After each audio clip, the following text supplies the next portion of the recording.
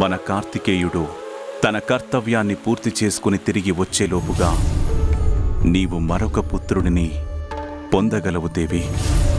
మరొక పుత్రుడా? దేవాది దేవుడు మా ప్రభువు. వారు చెప్పారంటే అది జరిగి తీరుతుంది.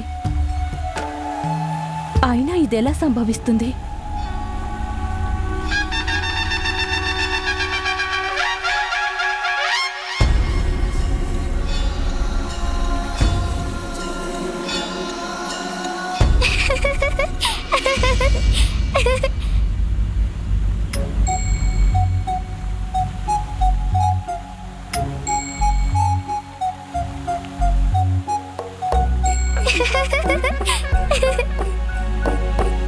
ఇది కేవలం భ్రమేనా, లేక నిజంగానే బాలుని చూశానా?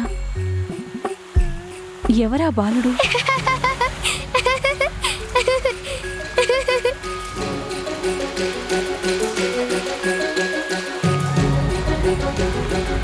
కిలకిలా నవ్వుతున్న బాలుడెవరు? ఎవరక్కడా? నా ముందుకు రావచ్చు కదా. నువ్వక్కడ దాక్కున్నావన్నమాట.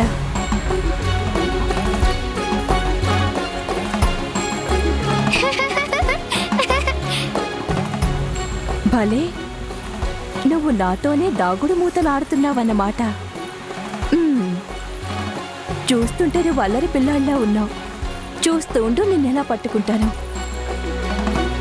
నన్నే బురుడి కొట్టించాలనుకుంటున్నావు కదూ.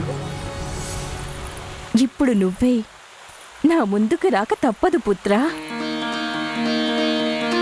శ్రీ గణనాథుని దివ్య చరితాన్ని తెలిపే గొప్ప దృశ్య కావ్యం జై గణేశ.